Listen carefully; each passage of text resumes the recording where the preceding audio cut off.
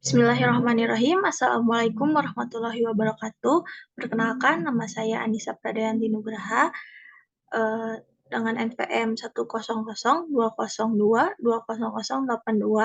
Saya di sini akan mempresentasikan peranan media sosial dalam menghadapi serbuan media online untuk memenuhi tugas komunikasi massa dan jejaring sosial.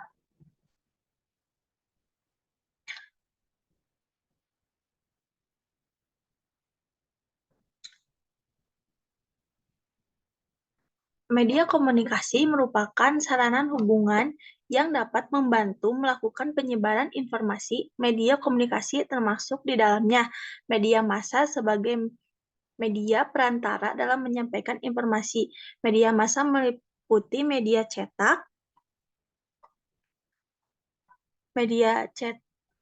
media elektronik, dan media online. Media cetak terbagi menjadi beberapa macam, di antaranya seperti koran, majalah, buku, dan sebagainya.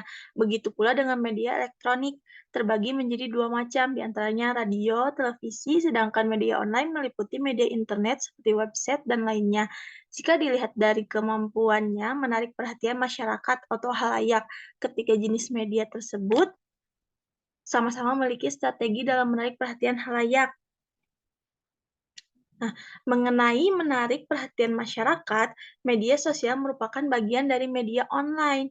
Bisa saja lebih aktif dalam mengalihkan perhatian masyarakat dari media massa hanya tertuju pada media sosial. Semua orang untuk berkomunikasi, berpartisipasi, saling berbagi, dan membentuk sebuah jaringan secara online, sehingga dapat menyebarluaskan konten mereka sendiri seperti di blog, Twitter, YouTube, dapat diproduksi dan dapat dilihat secara langsung oleh jutaan orang secara gratis.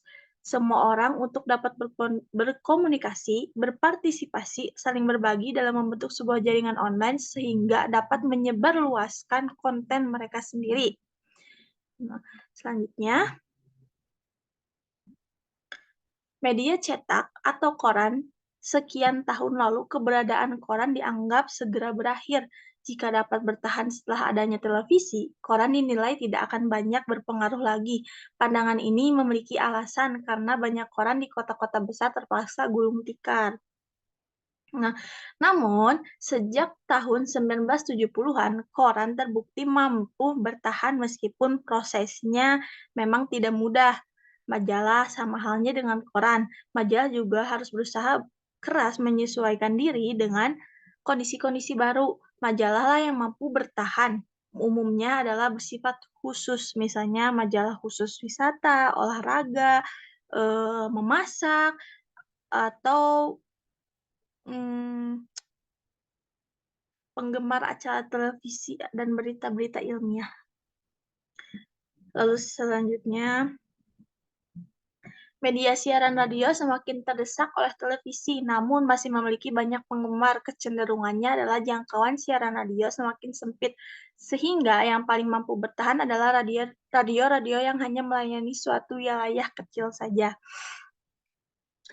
Namun, radio terbantu oleh penemuan transistor yang membuat jauh lebih ringkas. Selain radio, media siaran juga terdiri dari televisi. Nah, televisi ini merupakan media baru setelah hadirnya radio. Masyarakat lebih menikmati acara yang disiarkan oleh televisi dibandingkan media lainnya, termasuk radio. Karena televisi bisa melihat dan mendengar peristiwa yang disampaikan sehingga lebih menarik untuk dinikmati oleh masyarakat. Atau berdasarkan dua jenis media massa tersebut, setiap media memiliki sejarah dan karakteristik yang berbeda sehingga baik media cetak ataupun siaran sangat dibutuhkan sebagai sarana komunikasi massa. Selanjutnya,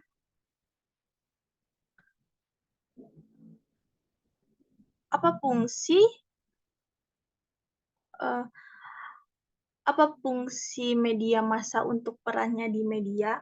peranan media massa juga tidak bisa terlepas dari fungsi media massa itu sendiri. Ketika menjalankan perannya, media massa harus memperhatikan dan mengingat fungsinya berdasarkan UU Nomor 40 Tahun 1999 tentang pers.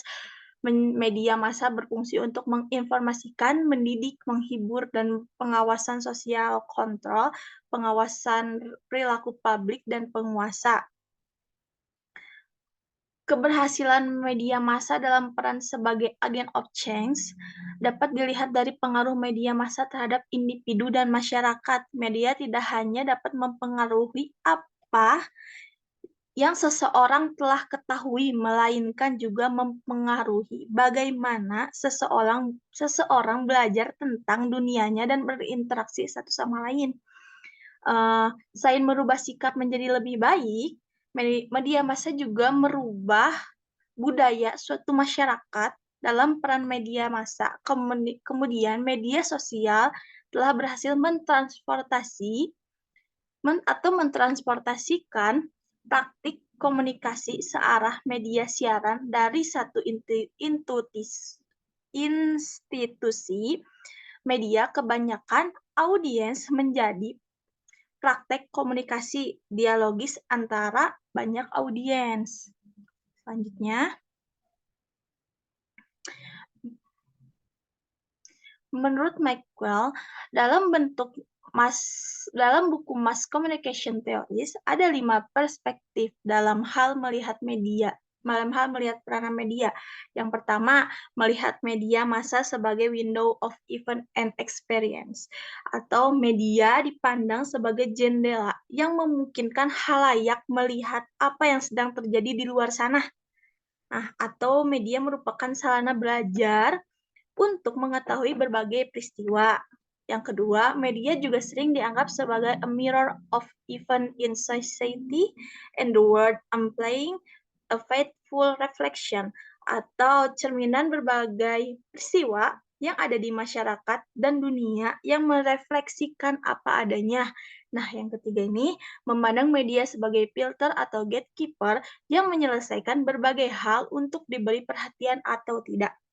Atau media senantiasa memilih isu, informasi, atau bentuk konten yang lain berdasarkan standar pada pengelolaannya. Di sini khalayak dipilihkan oleh media tentang apa-apa yang layak diketahui dan mendapat perhatian. Lalu yang keempat, media dicap atau dipandang sebagai bisa dibilang penunjuk jalan atau interpreter yang menerjemahkan dan menunjukkan arah atas berbagai ketidakpastian atau alternatif yang beragam. Yang kelima, media sebagai intelektual yang tidak hanya sekedar tempat berlalu lalangnya informasi, tetapi juga partner komunikasi yang memungkinkan terjadinya komunikasi interaktif. Lalu selanjutnya, kesimpulannya, media komunikasi adalah sarana hubungan yang dapat membantu menyebarkan informasi dan membutuhkan perhatian masyarakat dan organisasi karena pertumbuhannya yang sangat pesat.